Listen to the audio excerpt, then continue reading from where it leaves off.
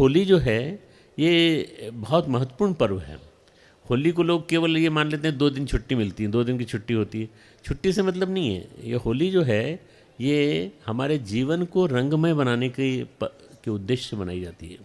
हमारा जीवन रंगीन हो, रंगमय हो, हमारा जीवन हर तरह का रंग हमारे जीवन में हो।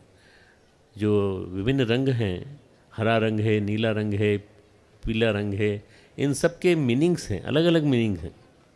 मैंने एक बार श्रृंखला लिखी थी अखंड ज्योति में, तो मैंने 7 रंग में 7 रंगों में से 5 ही रंग पर लिखी। तो गुरुदेव ने आदेश दिया कि बेटा बाकी 2 रंग भी लिख के आओ, लाओ। फिर मैंने ढूंढा मैटर और लिखा मैंने, तो मुझे ऐसा लगा कि वास्तव में बिना 7 रंगों के हमारा जीवन अधूरा है।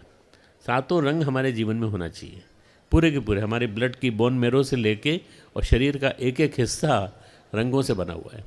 रंगों से हम पहचाने जाते हैं। भाई साहब देखा हुआ आदमी कैसा है, गोरा गोरा सा है और थोड़ी सी लालिमा है चेहरे पर। भाई साहब देखा उस आदमी को कैसा है, थोड़ा काला है, ज़्यादा काला है। आपने अपनी लड़की के लिए देखा है क्या उसको? पूछते हैं एक दूसरे से आपने रंग देखा कि नहीं उसका? आपकी लड़की गोरी और वो रंग काला। हमारे यहाँ रंग से अनुमान लगाया जाता है व्यक्ति के व्यक्तित्व का। रंग जो है ये बहुत महत्वपूर्ण चीज़ है और रंगों के माध्यम से हम वास्तव में अपने जीवन को रंगीन बना सकते हैं, रंगमय बना सकते हैं। रंग जो हैं, कलर्स जो हैं, ये हमारे जीवन में बहुत महत्वपूर्ण भूमिका निभाते हैं। रंगों के अलावा मित्रों एक सबसे बड़ी बात यह है कि ये जो पर्व है, इस पर्व के साथ हंसी मजाक, खेलकूद, मस्ती सब कुछ जुड़ा हुआ है। आप जो साल भर किसी से मजाक नहीं कर सकते, वो आज के दिन मजाक कर सकते हैं। कल का दिन जो है होली का, उस दिन पर वो मजाक ऐसी ना हो कि किसी व्यक्ति के व्यक्तित्व को डेनिग्रेट कर दे, नीचा दिखा दे या उसका अपमान कर दे। ऐसा भी ना हो, अपमान भी ना होने पाए। इस स्थिति में इस पर्व को ऐसा मनाया गया कि ये पर्व जो है, इस पर्व के दिन आप हंसी ठिठोली जो भी कुछ करना हो कर सकते हैं, पर इसके नाम पे अश्लीलता नहीं कर सकते। भाभीयों के साथ हंसी मजाक, बहनों के साथ हंसी मजाक, लड़कियों के साथ हंसी मजाक, ये नहीं चलेगा। ये अगर चलेगा तो अश्लीलता आ जाएगी, और अश्लीलता जहाँ आ जाएगी वहाँ सब गड़बड़ी होगी। इसलिए इसको पर्व के रूप में पूजा जाता है, पूजन के रूप में मनाया जाता है। हमारे इसके जो आराध्य देव हैं वो नरसिंह भगवान हैं, तो आज हम नरसिंह देवता का पूजन करते हैं।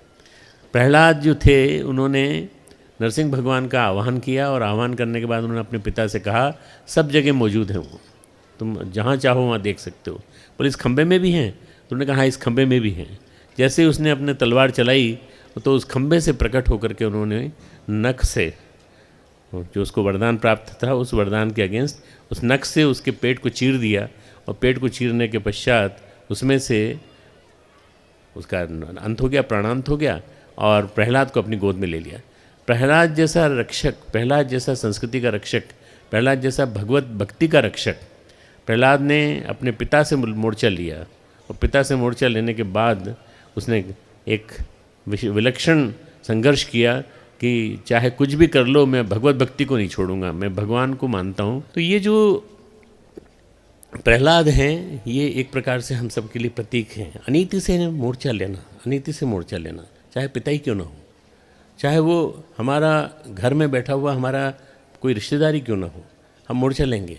और इसके लिए फिर प्रहलाद ने विजय प्राप्त की, और उसके लिए आज का दिन मनाया जाता है कि प्रहलाद को होलिका की गोद में बिठा दिया गया, उनकी बहन की गोद में, और वो अल्टीमेटली प्रहलाद विजयी रहे और प्रहलाद जले नहीं, होलिका जल के भस्म हो गई।